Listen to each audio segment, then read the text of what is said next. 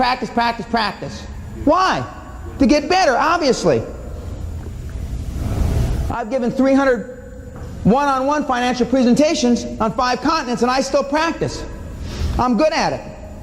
And when they say no, I'm stunned. This is a travesty, Mr. Jones of Bank of America. You have shareholders, a board of directors that you've got to report to allow a loan of this caliber to slip through your fingers. My partners, when sitting at these tables that I've been at over the years, they can't even hardly keep a straight face because I say the same thing to all of them.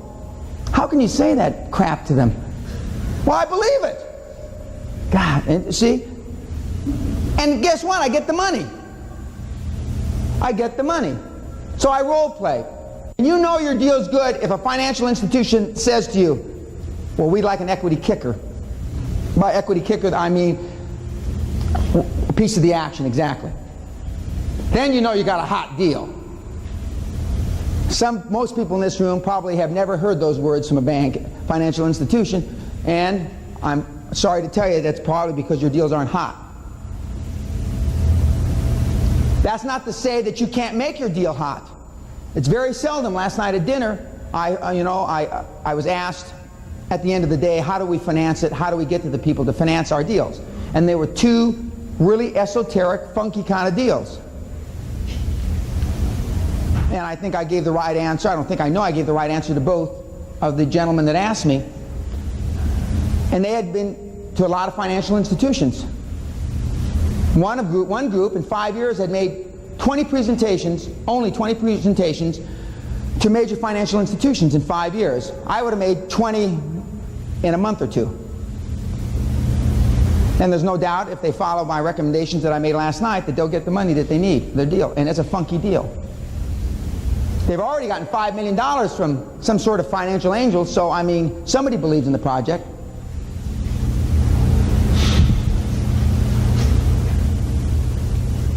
You always want to borrow more than you need. Always, always, always. Why, Dan? If they're asking intellectually for me to be honest, how can I tell the bank or the financial institution that I want more?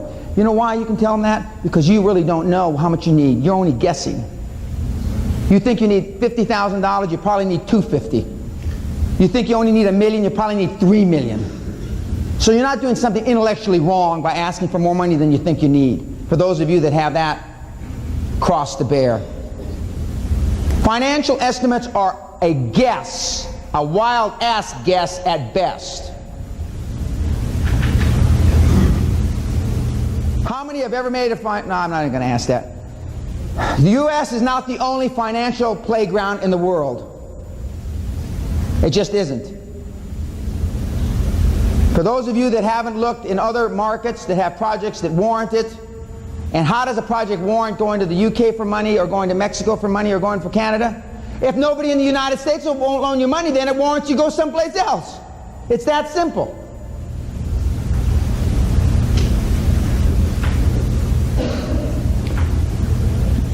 During the interviewing process, you want to develop a relationship. And how many deal with banks today that are what I call pool lending, where the lending decision is made at some regional place? You know? Okay, nobody knows. You want a banker that can make the decision himself. One of the first questions I ask in the interview is, what is the lending limit of your banking institution? When you ask that question, you will separate yourself from 99.999% of the people he's ever talked to. I've heard bankers tell me, I've never been asked that question in my entire career. What is the lending limit of your miserable, scrawny bank? Then when he starts stuttering and he starts salivating, then you say, secured and unsecured limit. Second question, what is your lending limit, you doofus banker? You, Mr. Jones, how much can you sign off on by yourself without asking your mommy or your superior? And guess what? If he's got a $50,000 limit, then you're asking for $48,000. If his limit's $25,000, you're asking for $24,950. This is pretty heady stuff. This is pretty hard. And if he can't make a credit decision, then you don't want to talk to this doofus anymore. You want to talk to the man, as they say. And if it's a committee of two, then you want both of them present. If it's more than a committee of two, you want to go to another bank. At all costs, you want the lending decision on a local basis, because your deals aren't good enough to compete. I don't borrow money from B of A anymore because every 60, 80, 90 branches has one regional center. And I got to compete for money. And I don't like competing for money. Because banking, at the end of the day, is a personal relationship. If my chemistry is good with you, and it's not good with you, when one, I probably won't get the loan, and two, when we have a problem, because she believes me more than him, she's going to cut me some slack. That's the way life is.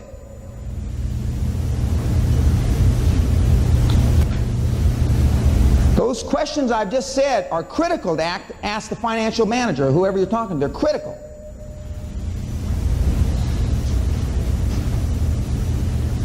I've already said you don't go in with a business plan.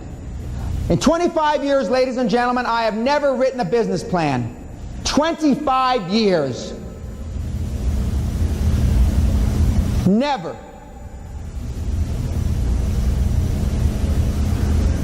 And when you show up for the first meeting, again, you show up with nothing under your arm, no papers, nothing.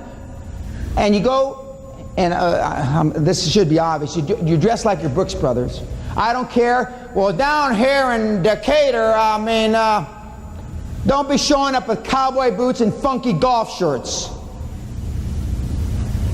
White shirt, no jewelry, wingtip shoes if you got them, no tassels, socks that match, blue suit or black suit, black socks. Now I get away looking like this because I'm enormously successful. And some of my claim to fame is gold pocket watch, handkerchief, three-piece, London tailor-made suit. You don't go in looking like this. And if you're a woman, you dress equivalent to whatever Brooks Brothers suit is for a lady. You know better than I do. Shoes, simple watch, leather band, no funky, for those of you that have gold watches.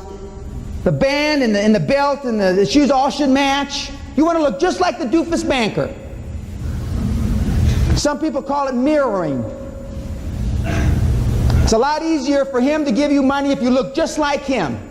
Bankers will be more inclined to lend you money if you have a track record. Most of you don't. How do you get an instant track record? I've already alluded to it yesterday.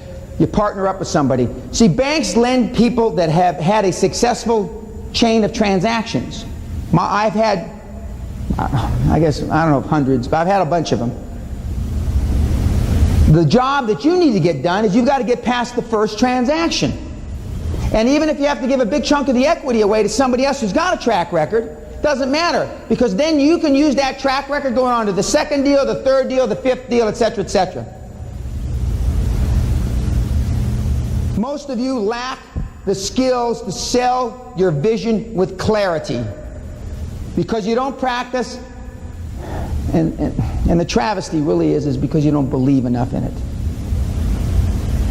You just don't. And if what you're trying to finance isn't your dream, isn't your vision, I mean, the banker or the person on the other side of the table sees through it clearly. They know just absolutely, definitively.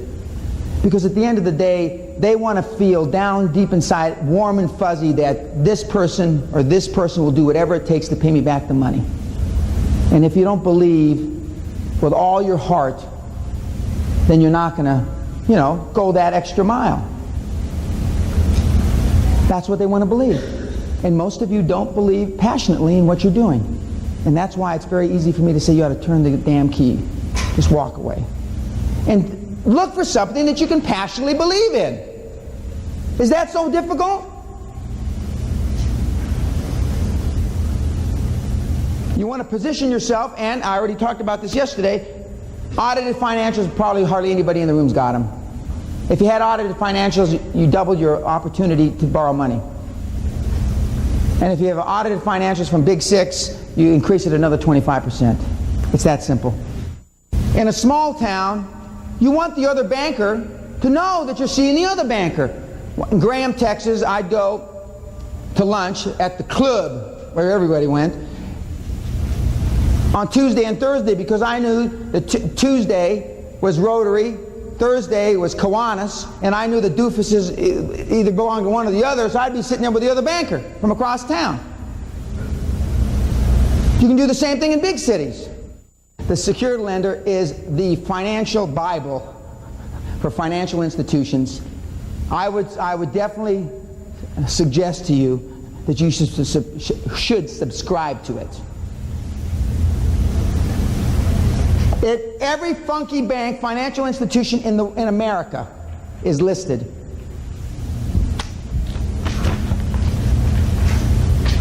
They even tell you we've got to get $15 million on the books by December 31 in certain cases.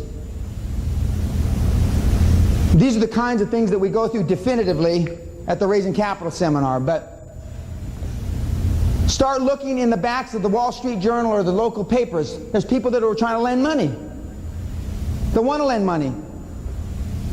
IRA accounts are great sources for funding, for real estate deals especially, to the extent that you're doing real estate.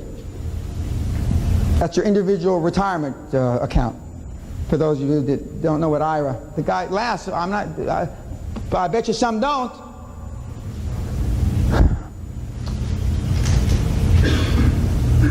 Virtually everybody in this room will have to put their personal guarantee. If you aren't willing to put your personal guarantee on a transaction, then don't waste your time going to banks. I hear people all the time saying, I'm not going to sign on this deal. If this deal can't carry itself, then the hell with it. But you're really saying the hell with you. Everybody in this room, unless we got some sleepers here I haven't met, is going to have to put everything they own on the line vis-a-vis collateral. There's probably not a deal in the room that can stand on its own here. I haven't heard one yet anyway. If you got any sleepers, make sure you see me before I leave. And if you're not willing to, and the bank on their side arguing for them, if you're not willing to put your neck on the line, then I don't want to loan you the money. Because if you don't believe in the damn thing enough, why should I? I'm not going to be there running it every day. You are. I've rolled my financial net worth 10, 12 times. I've been on my back financially, counted out dead 5 times. Now 85% of my money's in an irrevocable trust, so I can't roll it. But the other 15% I sure as hell roll.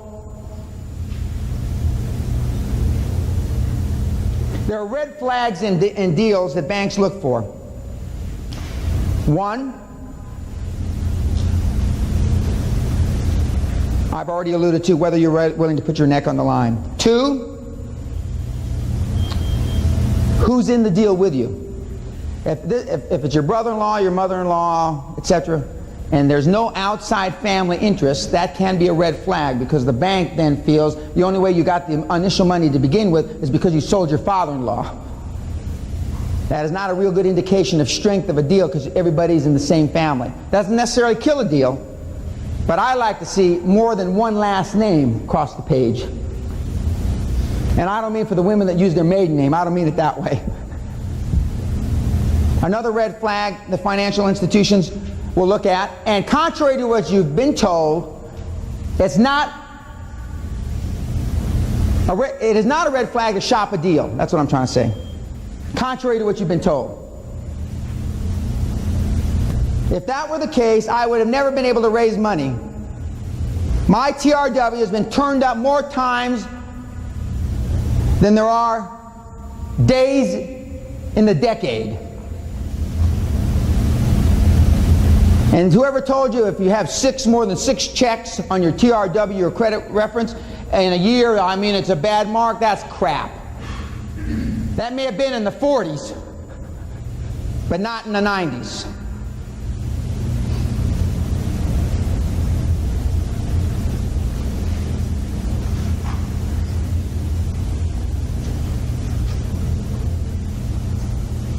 Now, I put down evaluation of business plan because even though I tell you you don't need a business plan, everybody in the room is probably going to use one anyway.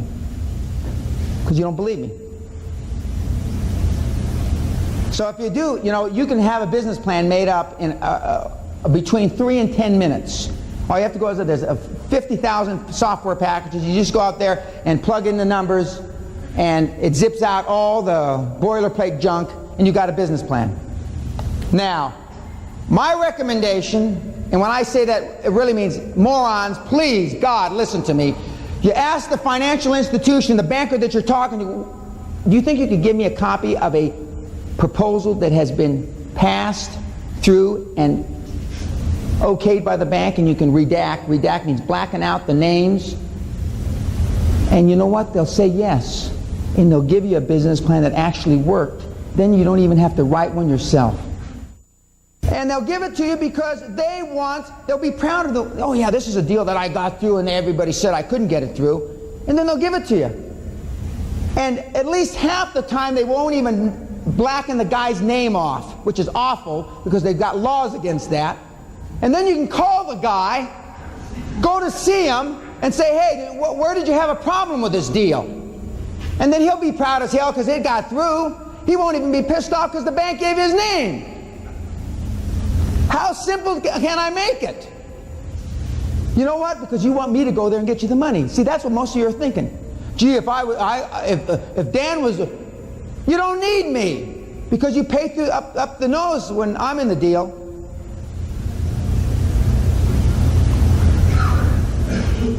Now, we've gone through a lot of things that you have never heard before. Would the audience agree?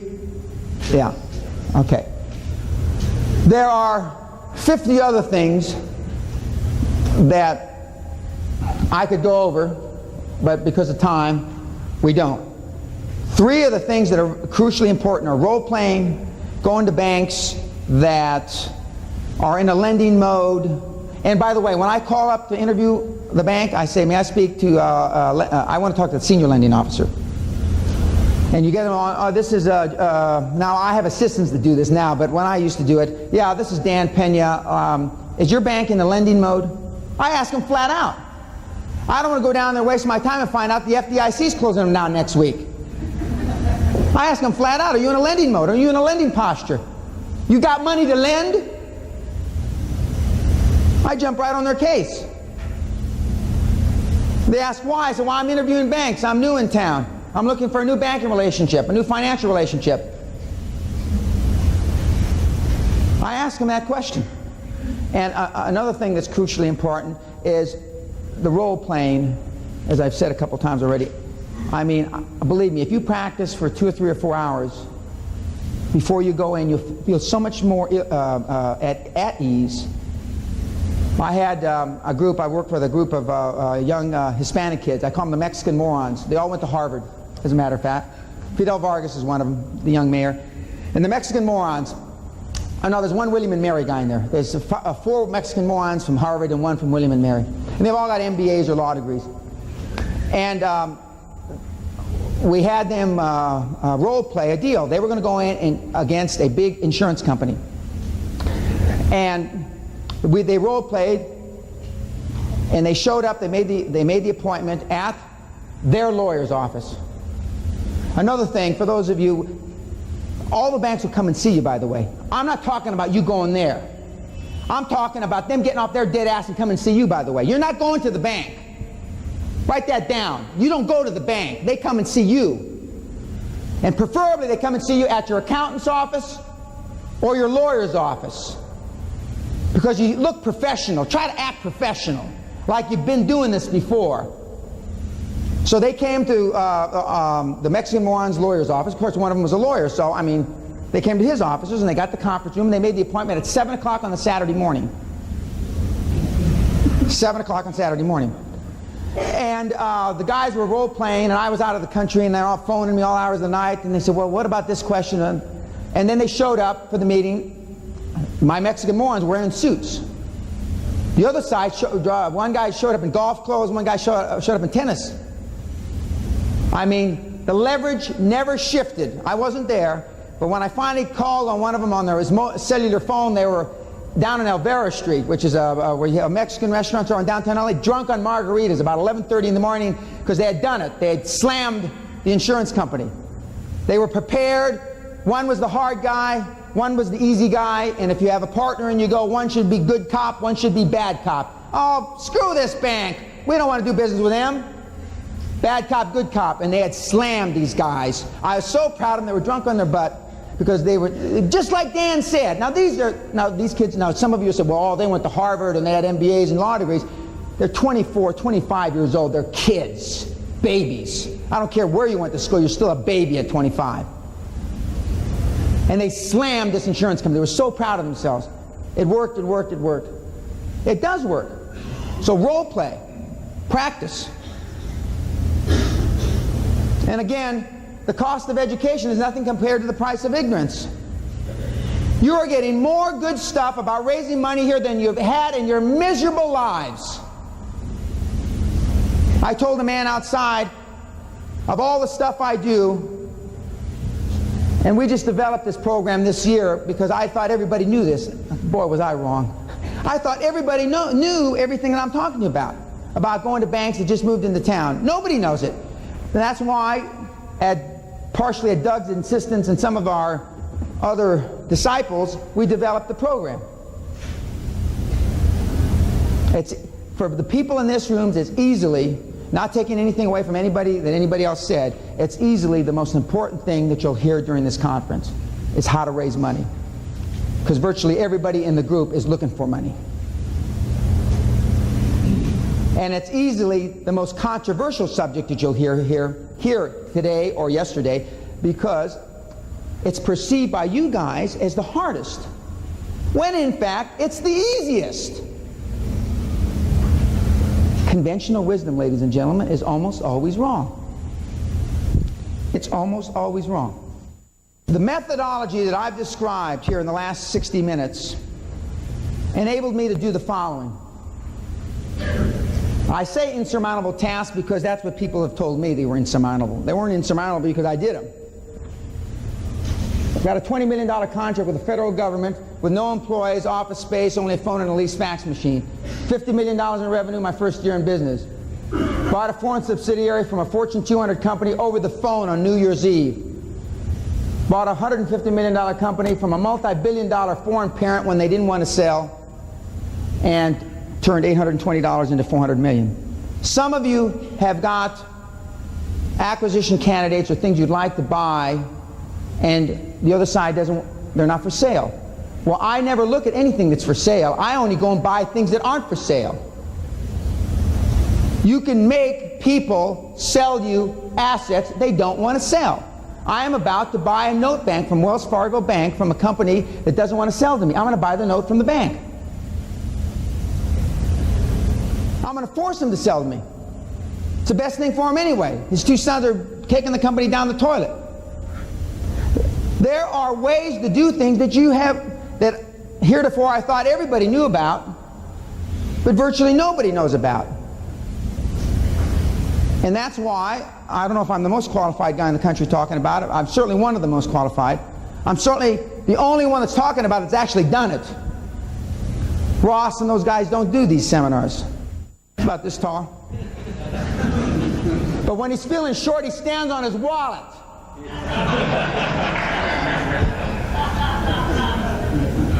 He's a good guy. He's a good guy. Smart guy. Tough, tough businessman. Tough, tough. He still practices. Maybe you wouldn't think it looking at them when he's on TV, but you ought to see him if he doesn't practice. But I mean, if Ross Perot practices, why wouldn't you want to practice? You just think about it. I mean, now, these are the kinds of things that I was able to do, and starting from nothing, and because the kind of growth that I look for wasn't arithmetic. You've been taught that growing by 5 plus 5, that's growing to 100%, and you've been taught that's good. I don't even consider it. You know, 5 times 5, 5 plus 5 squared. My kind of growth is 5 squared times 5 squared. There's a big difference between 10 and 625. Would you agree? That's the kind of growth that is possible when you use the tools, the financial tools that I've just described. An airline pilot that's raised $1 million for a line of credit. By the way, that line of credit is all unsecured. He's had a call on dozens of financial institutions. Dozens. And what he does, because he's a pilot, now you'll say, when I say this, you're going to say, well, that's why he was able to do it. He flies to a lot of cities. He's got dead time, as they call it. He calls on banks in all those cities. I said, why don't you do, I always try to do 2 or 3 things at the same time. When I'm on the running machine or the Stairmaster, I'm on the phone and I'm watching CNN. When I'm just on the phone, I normally go on the cancer box. The cancer box is the thing that gives, a tanning box. Because if I don't want to make sure, I may just be wasting my time talking to you on the phone, at least I'm getting a tan at the same time. He started to, and look, it's a marginal shift. Remember I talked about just marginal shift for a geometric result? He decided instead of sleeping 15 hours when he's in Philadelphia or Dallas, he'd go call on a bank. And guess what? He heard me say it in January of this year in Orlando. It is now December, and he's got $1 million worth of credit, $50,000 at roughly 20 banks. Not every city he stopped in was there a receptive bank. Oh, well, gee, he got to fly for free, Dan. I could do that. I could do that if I was flying all over the country. Like hell you could. There are people in this room that will not call on financial institutions, irrespective of what I've just said. So I'm talking to you, to the handful that will. It's not difficult. So there are 3 things that are critically important. 1 is role playing. 2 is having financial institutions come to you. And 3 is to make sure that you're absolutely impassioned with the idea, the project. And you have to sell that passion, that enthusiasm to the financial institution no matter what. Because if you don't share that enthusiasm and that passion with the financial institution, the bank's not going to be interested. They're just not. As a subcategory, I mean, you ought to be calling on financial institutions that just showed up in town or just opening up branches. Because most of you, with 1 or 2 exceptions, a branch can fund your deal. Some of you that need a lot more money, then maybe a little branch in a little podunk town in Georgia can't. But you've got to go where the money is. I don't know how many banks are in town here, but there's got to be a whole bunch of them. And there are other non-traditional methods of finance, like insurance companies. I already talked about IRAs, individual retirement accounts. There's brokerage firms, investment banking firms. There's merchant banks, and merchant bank are more European, and they've started a few here. Merchant banks, the perception is they'll actually take a risk with you. Most of the projects that you're trying to fund haven't been thought through, haven't been planned around recessionary times. I mean, all your projections and all, to the extent that you've got business plans, are all postulated on everything's rosy, nothing's going to go wrong, and everybody be happy, and the check's in the mail, and the IRS is here to help you. And that's not what the bank wants to hear. The bank wants to hear that no matter what happens to the project, you're going to pay. I am proud to tell any banker I have never ever stiffed a bank on principle. I haven't always given them the money when they wanted it, and I tell all the guys this. I say principle, I never say interest, because there have been times in my career where there wasn't any interest to give the bank. There's not a banker in America that wouldn't kiss my backside to have a guy that's always paid his principal back.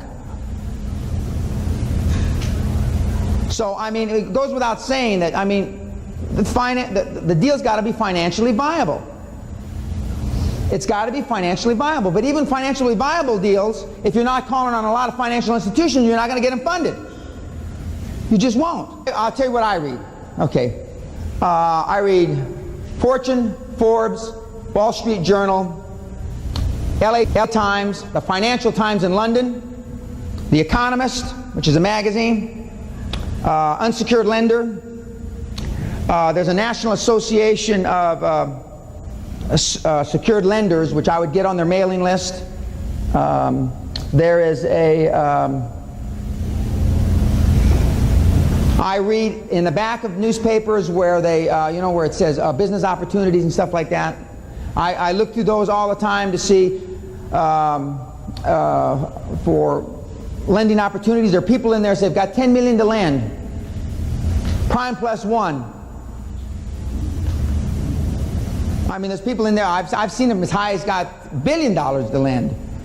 I call or have called virtually every bank these ads that I've just shown. I have somebody call or I call. I want to know if new lending policies. One of the things I just found out going through these 9 presentations I just made, I never used to go to the SBA because the SBA was a pain in the neck.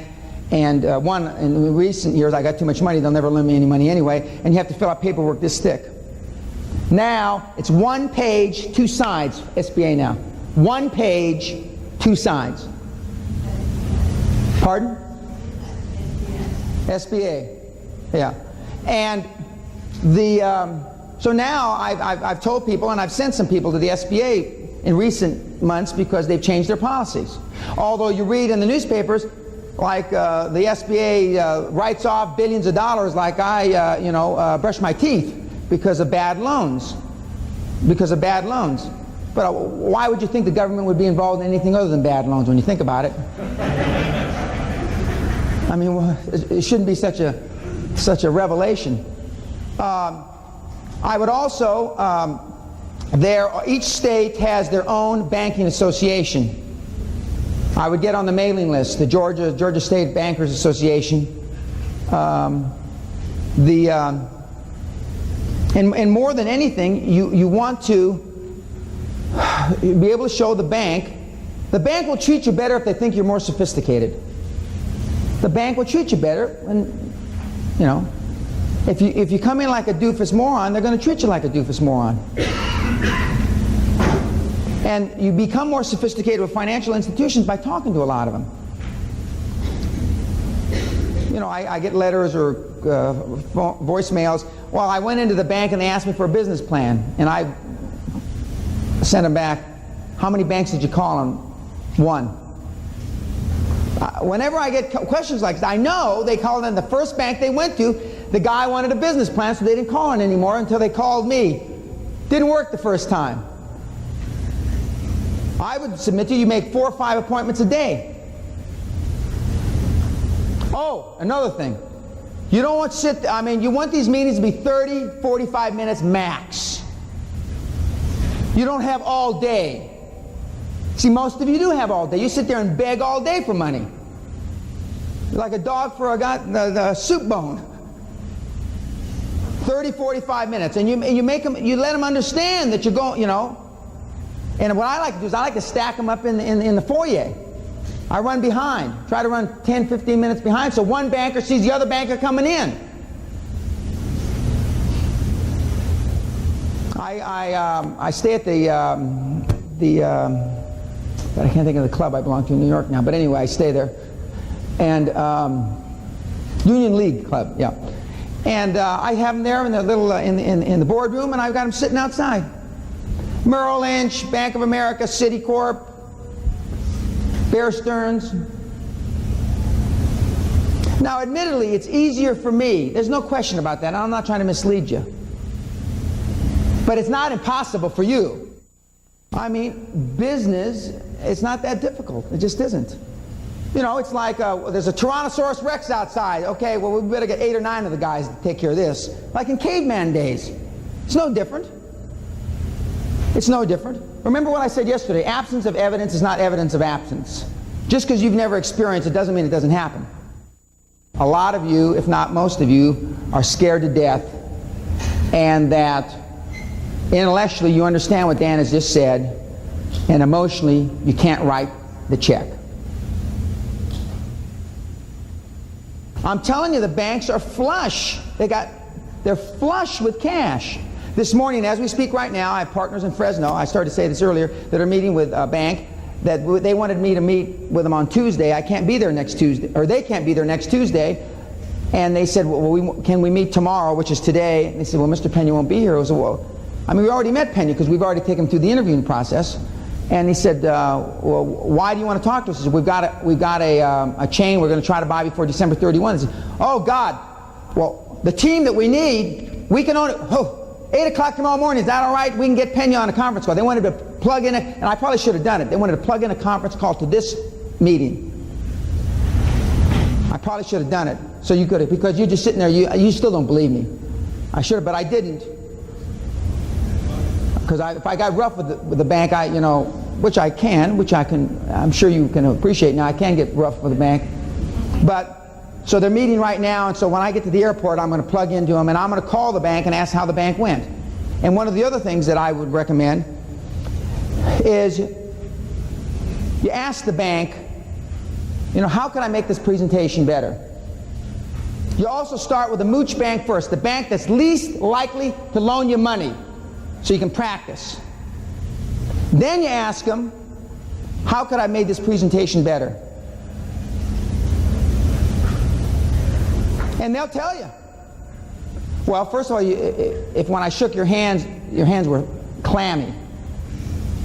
Most of you, when they go in to shake, I wouldn't shake the banker's hand if I were you, because most of your hands are clammy.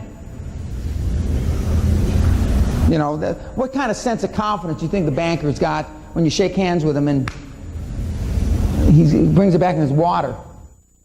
Track record. It's all about track record. One of the only things I bring to an equation for a deal, as I told the people last night at dinner, is 1, I can get in to see almost anybody, and 2, I can get in to almost see anybody right away. And that is tremendous leverage. Like I told somebody at dinner, some of my partners, I've got a 25 or 25-year-old Cornell graduate who's a partner of mine, and she was calling up the big six just like I told her to, and they were giving her a hard time, and I had to kind of cut to the chase, so I called the regional partner, Coopers & Lybrand, and Coopers & Lybrand had 2 partners and an associate there in 36 hours. And so we kind of cut to the chase. I'm not telling you that it's not difficult, ladies and gentlemen, but if you want it bad enough, you can do it. All you have to do is make the calls. Success in selling is smile and dial. You're selling your concept to banks, insurance companies, whoever. You're smiling and dialing. It's selling. That's all it is. And that's why a lot of you have problems with it, because in our minds, selling's like kind of, not that it's a demeaning profession, but you equate it to selling used cars, water softeners, encyclopedias at the door, pots and pans, Tupperware. Now, it's not such a classy, oh, I want my kid to grow up and be an encyclopedia salesman. That's not the kind of thing you say, is it? And that's one of the emotional hurdles you have in doing these kinds of things. I'm a salesman. I just sell big things now. I'm a concept salesman. I'm a great salesman. There's not too many better salesmen in the country than I am. But I took my skills from selling door to door, selling insurance. No, I sold real estate first, I guess. Sold insurance, stocks and bonds. Then I sold companies. Then I sold banks, and then I sold countries. I've done business. I've sold the U.S. government, the Indonesian government, the Japanese government, the Kuwaiti government, the Chilean government, the Israeli government, the Canadian government. I've just taken my skills. After you're selling governments, not too many people to sell. Now I've started back at the bottom again. I'm trying to sell guys like you. It's a bitch. It's a bitch. Because this is as tough a sale. This is as tough a sale as I've ever tried. Trying to convince you can really do it when you know you can't. You don't think that's hard? I was talking to a guy here that wants to make steel frame houses. And I told him, he says, well, intellectually I believe it because you told me, but I don't believe it because I haven't done it. And that's basically where most of the people in the room are. Bad credit. I'm not going to ask you how many have bad credit. That's not fair. Okay. I used to ask that question, but now I'm a kinder, gentler Dan.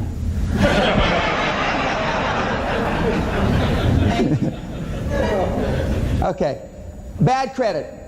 Then it's imperative that you partner up in joint venture with somebody that doesn't have bad credit. You're going to have to give part of the profit away, but that's all right. After you've done a deal or two with a joint venture credit as your leverage, then you can go back and you can do them on your own again. I mean, it's imperative that you partner up with somebody, bad credit. Although there are financial institutions, not in this country, that won't matter that you have bad credit. I mean, there are. I mean, you can borrow money in South Africa now. I don't care. No credit, bad credit. As long as you can walk and breathe. But I mean, not many of you will go to South Africa. You want to visualize in your mind that they're going to say yes. They're going to say yes. They're going to say yes. You, in your presentation, well, when the bank accepts this, and when we start funding it, and you want to presuppose the positive all the way through the presentation. You want to use the words like in selling insurance or selling, I mean, you want them to start getting their head nodding yes, yes. So your presentation should be based upon things that they can say yes. You're in a lending mode, aren't you? Yeah, yeah, okay. You've made loans like this before. Yeah, yeah, okay. You have the authority. Yeah, yeah, okay. I already told you I've got a $50,000 limit. You're only asking for $49.99, you know. Yeah, okay. You're comfortable with this loan. We've gone through, yeah, I see no problem. You want them to start saying yes as many times in the presentation. That's why you ask them for their business plan that they had approved prior, because they're feeling proud. They're puffed up like a show dog. You can do this. You can, if you have a dream and it's that clear in your mind, you can get money from any financial institution in this land. If your dream isn't that clear in your mind, you're going to have trouble. If you can't clarify your dream that clear in your mind, then you're trying to finance the wrong thing. And the bank will know it. If this is not a full-time job for you, furthering your dream along, then it's the wrong project. I've done this a lot of times. I've been in front of a lot of audiences, and I've seen a lot of successful people raise a lot of money. But they've always had something, maybe not a castle with a big manicured estate like I have, but it's got to be something like it. It may be a bigger house, maybe a college education for your kid, it may be something. But if it's not crystal clear in your mind, then it's not going to happen. And if it is, though, it will happen and you'll raise a lot of money. Thank you very much.